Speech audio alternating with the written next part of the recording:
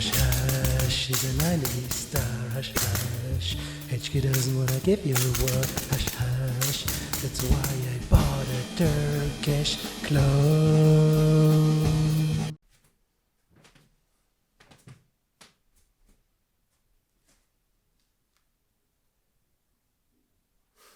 Hey Scarrats, don't worry, it's just me. In honor of the MP5SD, I wanted to get into the full Jackal experience from the 1997 movie with Bruce Willis. Well, I know I'm not Bruce Willis because I have a lot more hair than him and also a lot more weight. So let's get the Jackal stuff out of the way and start with my review video of the MKE T94 SD. Because it just mentioned the Jackal. Fun fact. In the Jackal movie, they modified a Heckler & Koch 94 to look like an MP5SD because Heckler & Koch never sold an MP5SD variant to the public in a semi-auto configuration. Well, luckily enough, the Turkish company MKE, or as you Austrian would say it, MKE, they did with their T94 SD. The SD stands for Schalldämpfer, like the real MP5 SD, and the MKE 94 SD is a pretty close match to what you would get if you would have a semi-auto MP5 SD. Pretty close saying because MKE already got better with their fit and finish, especially with the receiver collar, but the steel upper receiver still doesn't have this typical rich HK black shine. It still looks kind of off, but it's not as off as in the past. Also, the welding points are still visible, but again, this is not as bad as it could be or as bad as with other clones. Speaking about bad stuff, usually the MKE comes with the contoured SA trigger unit, which I replaced with, as you can see, pictogram semi-auto HK trigger unit, which wasn't that easy because MKE has a locking bolt in this place to prevent you from install other trigger housings. I guess they did it to prevent the use of full auto trigger units, but unfortunately it will also prevent the use of some of the legal semi-auto trigger housings. So you could either cut in there in the plastic to make room for this blocking bar that's there, or you just grind off the blocking bar. It's steel, but it's possible. Not that I would do such things, no. Speaking of making security, you don't find this on full auto. They have also added an additional metal piece somewhere inside here to prevent you from installing a full auto bolt carrier. Well, makes sense, and that's probably the better way to secure this thing from someone converting into full auto instead of blocking you from installing good looking HK low receivers. What's absolutely not good looking is this one. Originally the firearm comes with this plastic fixed stock, and this is by far the ugliest MP5 fixed stock I've in my collection. I mean, it's not just ugly, it's heavy too, and also it doesn't have the usual MP5 plastic buffer inside. It has a metal buffer inside. So I don't think you should actually run this stock for a longer period of time on your MP5s or MKE T94 SDs. So you may want to replace this ugly piece of stock with something more eye-pleasing. Right now, I've gone for the Heckler & Koch F-type stock with the additional backpack here because it's more comfy than the usual old style stock. So, what else have I done with it? I've also installed an original HK MP5SD suppressor instead of the suppressor that it came with. This is a suppressor it came with. It's the old style for the MP5SD suppressors, which isn't necessarily a bad thing because this one can be disassembled to get and clean the inside, which is a good thing because let me get it back on. Screw. Because even if you're shooting supersonic, because you should shoot supersonics out of this, I will tell you more about this later, they will get stalled down to subsonic, which means there will be a lot of dirt inside the suppressor. With the new style suppressor, that one is closed. That one can't be disassembled, so this one will be harder to clean. Also because you probably noticed that already, I've put a 3-rail setup on this suppressor because there is really no way to mount something like a tactical light on the MP5SD without changing some parts. Let me show you. Get off the suppressor. And with the new, there you go. And this way you can just attach your favorite or least unfavorite tactical light. Of course, if you're shooting lots of rounds, you probably don't want to use some cheaper lights that would melt down when using suppressive fire, so better go for a good quality light. There you go. So that's one way to mount light or laser to the MP5SD. The other way is to replace the rubber handguard with a 3-rail handguard setup that's also available by Brugger and Tomet. Personally, I'm not a big fan of it because the Brugger and Tomet 3-rail handguard has a lot of mass of it and is a lot of fix, so it makes it hard to actually grab the firearm without a vertical grip attached. So let me just get it off and get back to my good old HK MP5 suppressor. Talking about the suppressor. As you know, this thing is huge. How come this is such a huge suppressor for a firearm with the size like this? That's because it's an over-the-barrel suppressor. The part up until here actually covers the barrel.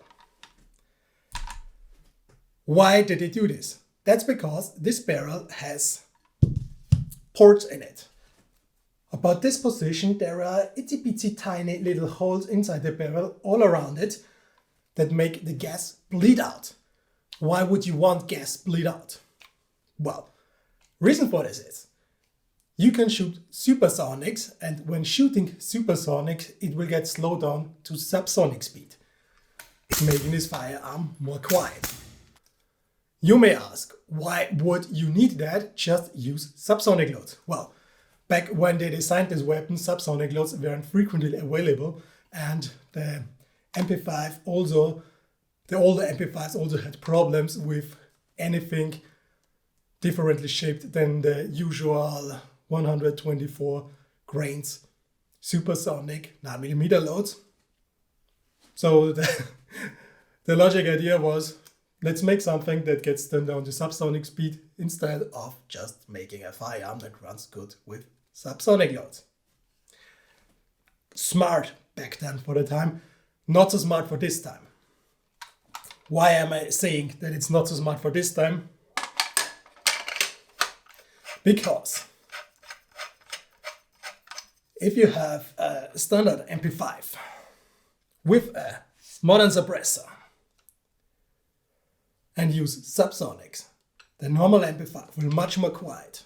Well, not much more, but it will be more quiet than the MP5SD with supersonic loads. Of course, you may say, well, Why don't just you use subsonic loads in the MP5SD? And anyone with a bit knowledge of the firearm will say, don't do it. Because if the subsonic loads that already have lower speed bleed out the gas, the projectile may get stuck inside the barrel, into the teeny barrel, or get lost somewhere in there, and you don't want that. Because if the projectile is stuck in there and you shoot the next one, it'll be boom, explosion. And we don't like explosions. We especially don't like explosions with such as firearms like this. Speaking of the barrel, this firearm has such a super tiny barrel. You would think, that's a super long handguard. There's a lot of barrel inside. No, the barrel is just up about here. So the total length of the barrel is about 5.8 inches, while your standard MP5 has a barrel size of about 8.9 inches. Well, that's a lot of difference for it, right? It is.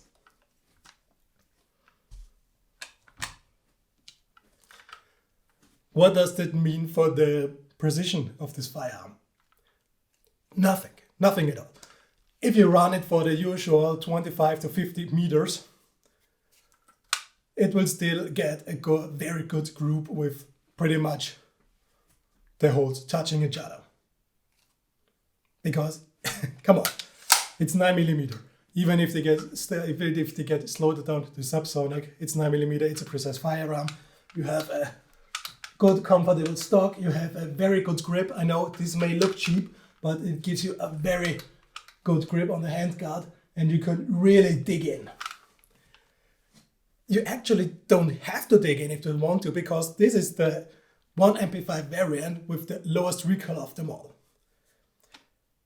That's because the suppressor adds a lot of mass to the front. A lot of mass plus the roller delayed blowback means not much recoil. Also, because it being relatively quiet compared to other guns, this somehow gives you this kind of feeling that you're shooting a 22 LR rifle. So it's really just going in and and it just will stay there. It refuses to move even if you fire fast groups. And that's what makes it very, very fun. What doesn't make it fun is that it has some strange noises to it. Sometimes, after shooting a group, bam, bam, bam, bam, bam, there is a sound coming from the firearm. I don't know exactly why this happens. I think that's probably because the gases that are trapped inside the suppressor slowly leaving and coming back and leaving back there. But it's it's a bit disturbing when you're shooting and you're suddenly hearing like a gas leak or something. But you know, firearms plus gas leak equals big explosion. Not a good thing, but right now nothing happened. But the first few times I heard it, I was like getting panic. Okay, what happened? Let's check. Is there a bullet stuck in there? No. Screwing off the suppressor, looking through it, nothing wrong. But the Recoil. That's not something you want to hear when shooting a gun. What else can I tell you about it? It's really pleasant to shoot. If you're shooting 25 meters, it's pretty much hole in hole, depending on how good of a shot are you, even though we shot a short barrel. Right now, I'm using an Aimpoint M4 for it. But every time I'm looking at the MP5SD variant, or in this case the MKE T94 SD, I'm thinking it looks so much more classic if you just remove all the junk and just keep it with the iron sights. Iron sights are well enough to keep it like that, but I don't know. I love how it looks just with iron sights, but not having a red dot installed on it kind of feels like a wasted opportunity, because it's such a pleasant shooter and it's just so nice to switch between targets, and a red dot gives you an advantage over iron sight still. Good iron sight, yes, but a good red dot is better than the best iron sights. Well, that's my honest opinion. If you're having another opinion, please feel free to leave them in the comments and we can talk about it. What else can I tell you about it? Of course, you know, you can K-slap the shit out of this bitch if you want to. Like with an MP5, like with any MP5 variant. You're not supposed to put a fully loaded MP5 mag with further rounds in it with the bolt closed, or it won't fit. So if you would have a 30 round loaded magazine, you need to lock the bolt back in first, close it, and you're ready to go. Workaround, of course, is just load 29 rounds and you can insert them with the bolt closed. Yeah. And now we have to talk about the unpleasant part of this firearm. I told you about the itsy bitsy teeny weeny holes that are here. What happens to holes close to a barrel? They get dirty. And if they get too dirty, they close up. And if they close up and the projectile goes with full speed instead of bleeding through it, this is not good for the firearm. So, what have you do to clean this shit up? Because this is a sucker to get off. There is a clever solution by Jackal and Koch, and that's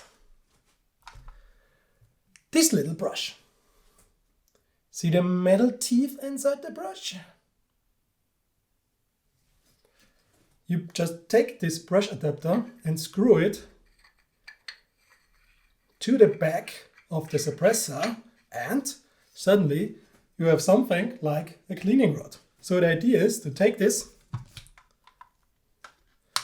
put it inside the firearm, push it down and start rotating it. Well, this happens with the original MP5, but it doesn't work with the MKE. This doesn't work with the MKE variant because the barrel has such a slightly different diameter, and therefore I just wasted about $100 or so on this original HK MP5SD cleaning tool. But you can also make the cleaning tool yourself by using cleaning brush that you would use for car batteries, for example, and glue it onto a plastic pipe of sorts. So you can go in there, push it over the barrel and turn it. Ideally, this cleans up the the corroding stuff, the dirt, the whatever that sticks over the potholes, but I kinda not trust it because this little brush thingy, no matter if it's this one or it's the original HK1, won't go fully into the holes. So this grab on the surface, but they won't go inside of it. That's physically not possible. What you can do about it is remove the handguard, use an Allen wrench or something other, and just make sure to stick it in every hole to check if the hole is clean, and after that clean the barrel. I'm not going to do this right now because if I'm going to do this right now, you won't hear me swear and throw stuff around because this is so hard to get off. This rubber handguard with metal enforcement is just on there by sheer force. So there is no pin or something to pull it, you just have to force it off. You could do that with a screwdriver to have more leverage, but you risk of damaging the cage that's under there. So that's not recommended unless you really can't get it off. Anyway, I pre-recorded getting this thing off so you guys can see me entering the struggle bus. Let's have a look. First of all, you want to remove the suppressor. You still want to remove the suppressor. There you go. So, welcome to the struggle bus. You have to get your fingers in here and I lost it. Get in here again and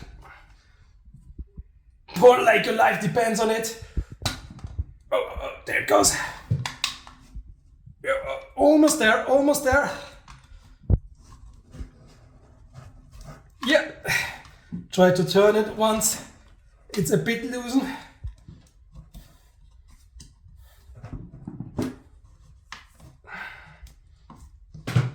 Oh. Almost there. And there we go. Struggle bus. People driving, me. If you're looking inside, you can see the tiny holes of the ported barrel. And now you're gonna get your itsy weeny, teeny bit, whatever, Allen tool and make sure all of these parts that go all around are clear of any dirt. And once you're done, it's back on the struggle bus because this thing has to go back on again. Yippee. So, how am I gonna do this now? Try to get it on one side. Let's start at the front. Going in up there. Oh, come on. I said you're going up there.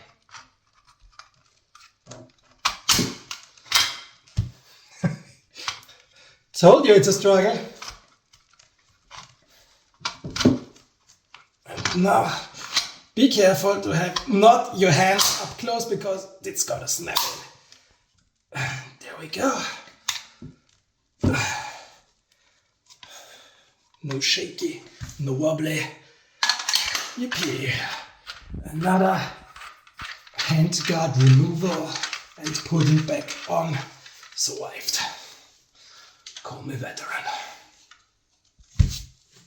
Well, that wasn't too bad, right? I didn't even hurt myself this time, so I say that's a pro. Speaking of pros, there's another thing that I haven't failed to mention before about why they made the MP5SD variant back then. That's because with such a short barrel and an effective over-the-barrel suppressor, you can make it a lot shorter than the normal MP5 with a suppressor attached to the outside. So there is a significant size length difference in it. Well, it's not that significant. Well, there you go. Yeah, that's better.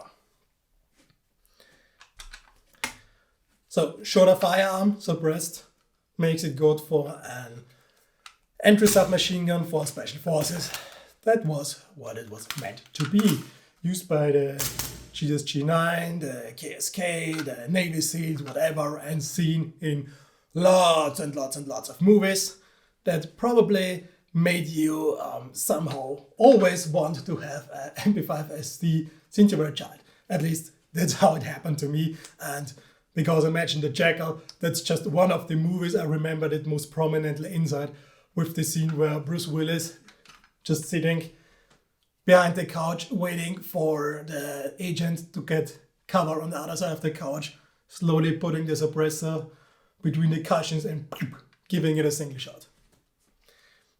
I just remembered that scene. And that's one of the many reasons I always wanted an MP5SD, and I'm so happy I finally can get one that's at least very close to the original Heckler & Koch MP5SD. Because I mentioned movies. Is this gun Hollywood quiet? No, because Hollywood quiet is always wrong. Is this gun ear safe? Yes, if you are shooting on an outside range. But I still would not recommend shooting a firearm without ear pro. Doesn't matter if it's suppressed or not suppressed. You should use ear pro, keep that hearing safe from the evil firearm sounds. Indoor shooting range. Should you even try to use this without an ear pro? No. I say no. MP5 with a suppressor and subsonic rounds will be closer to being ear safe in an indoor environment, but the MP5SD with the normal supersonic 125 grain loads, it's close to being ear safe, but just don't do it. Whoa! Let's sum things up here. If you can get your hands on an MKE T94 SD and you always wanted a Jackal & Koch MP5SD, this is probably the closest you will ever get to one. If you consider buying it, consider also buying an alternative stock, because this one really sucks. Get rid of that. Get another one. If you want to mount lights or something else on it, the 3-rail adapter from Brügger & Dormat is probably your best solution, or you're just doing it like the Navy SEALs and adding a flashlight with zip tie somewhere around here. Also an option. Not recommended, but you can do it, because why not? Nobody the boss of you, right? If you live in the US, and you should ever be able to get one of these, probably use a brace so you can buy it without the suppressor as a pistol and get your suppressor license or whatever have you do. I guess that's still probably way easier to get to a MP5SD like firearm instead of making this an SBR. The last and final, and probably the most important questions about this. Will it G36 carry handle? Well, the answer is, unfortunately, no. I mean, it's very close to being a fit, but this one's sticking in front of there. I don't know. It's not the best solution you can have for mounting your G36 carry handle, but let's try it anyway to get at least a feeling if that's worth exploring more. You're probably wondering, why the fuck am I doing this right now? And I tell you, well, what the fuck are you watching this? You should know me by now. I'm the guy who put the G36 carry handle on everything. Well, that looks terrible, and it works terrible too. So let's say you could mount a G36 carry handle on it, but it's definitely far from being recommended. Can you actually? Oh wow, that's at least that works. So that's it for today, and thanks for watching my craziness and G36 carry handle madness right here. I guess I'll see you guys around in one of my next videos. Bye.